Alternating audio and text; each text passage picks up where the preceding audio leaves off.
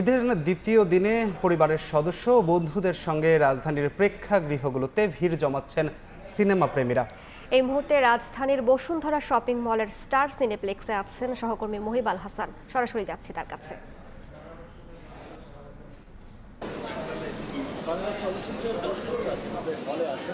আমরা দেখেছি, তবে এবছর কোরবানি ঈদের জন্য কম হলেও তবে সিনেমা হলে দর্শকদের সংখ্যা ধীরে ধীরে বাড়ছে, এমনটাই আমাদের চোখে পড়েছে। আমি এই মুহূর্তে রয়েছে স্টার সিনেপ্লেক্সে, যেখানটায় এসে আমি ইতিমধ্যে দুটি শো শেষ হয়েছে। শেষ হওয়ার পরে টিকিট কেটে দর্শকরা কিছুক্ষণ আগেই নতুন আরেকটি শোতে ঢুকেছেন সিনেমা দেখতে।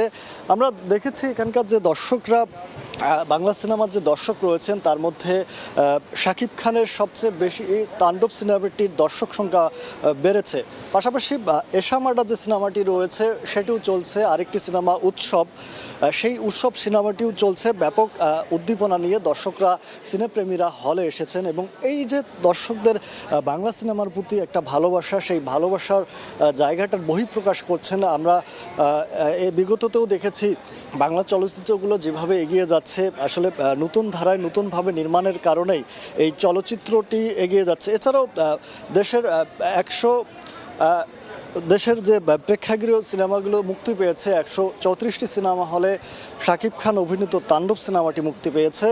এছাড়াও বাকি যে সিনেমাগুলো রয়েছে সবগুলোই সিনেমা দর্শক দেখতে হলে ছুটে আসছেন, যদিও কিছুটা দর্শক সংখ্যা কম। এই ছিল আমার কাছে স্টার সিনেপ্লেক্স থেকে সর্বশেষ। সরাসরি যুক্ত ছিলাম রাজধানীর বসুন্ধরা শপিং মলের স্টার সিনেপ্লেক্স থেকে।